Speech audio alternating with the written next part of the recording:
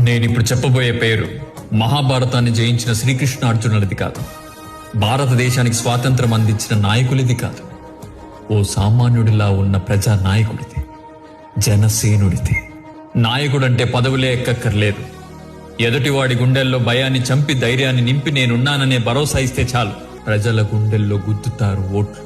ఆ నాయకుడి పేరే కోనిదెల పవన్ కళ్యాణ్, జనసేన అధినాయకుడు. రాజకోటలు దిగి మన కోసం నేలకొచ్చారు. గెలిపించుకునే బాధ్యత మనది. గెలిపిద్దాం.